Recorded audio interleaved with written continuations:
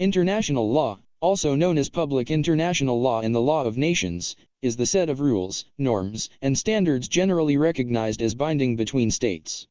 It establishes normative guidelines and a common conceptual framework for states across a broad range of domains, including war, diplomacy, economic relations, and human rights. Scholars distinguish between international legal institutions on the basis of their obligations, the extent to which states are bound to the rules, precision, the extent to which the rules are unambiguous, and delegation, the extent to which third parties have authority to interpret, apply, and make rules.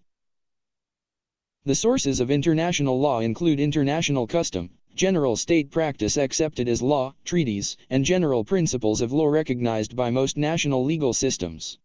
Although international law may also be reflected in international comity, the practices adopted by states to maintain good relations and mutual recognition, such as saluting the flag of a foreign ship, such traditions are not legally binding. International law differs from state-based legal systems in that it is primarily, though not exclusively, applicable to states, rather than to individuals, and operates largely through consent, since there is no universally accepted authority to enforce it upon sovereign states. Consequently, states may choose to not abide by international law, and even to breach a treaty.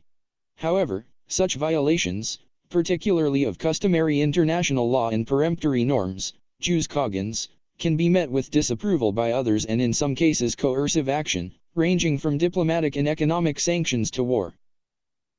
The relationship and interaction between a national legal system, municipal law, and international law is complex and variable. National law may become international law when treaties permit national jurisdiction to supranational tribunals such as the European Court of Human Rights or the International Criminal Court. Treaties such as the Geneva Conventions may require national law to conform to treaty provisions. National laws or constitutions may also provide for the implementation or integration of international legal obligations into domestic law. The term international law is sometimes divided into public and private international law, particularly by civil law scholars, who seek to follow a Roman tradition. Roman lawyers would have further distinguished jus gentium, the law of nations, and jus inter gentes, agreements between nations. On this view, public international law is said to cover relations between nation-states and includes fields such as treaty law, law of sea, international criminal law, the laws of war or international humanitarian law, international human rights law, and refugee law. By contrast, private international law, which is more commonly termed conflict of laws, concerns whether courts within countries claim jurisdiction over cases with a foreign element, and which country's law applies.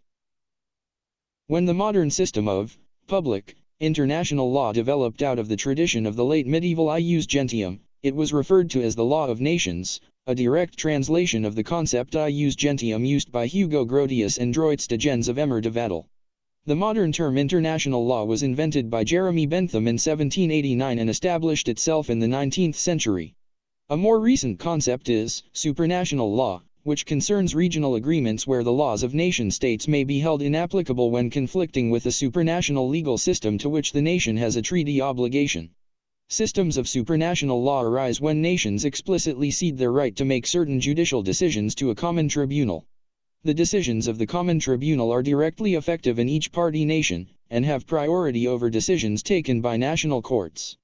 The European Union is the most prominent example of an international treaty organization that implements a supranational legal framework, with the European Court of Justice having supremacy over all member nation courts in matter of European Union law.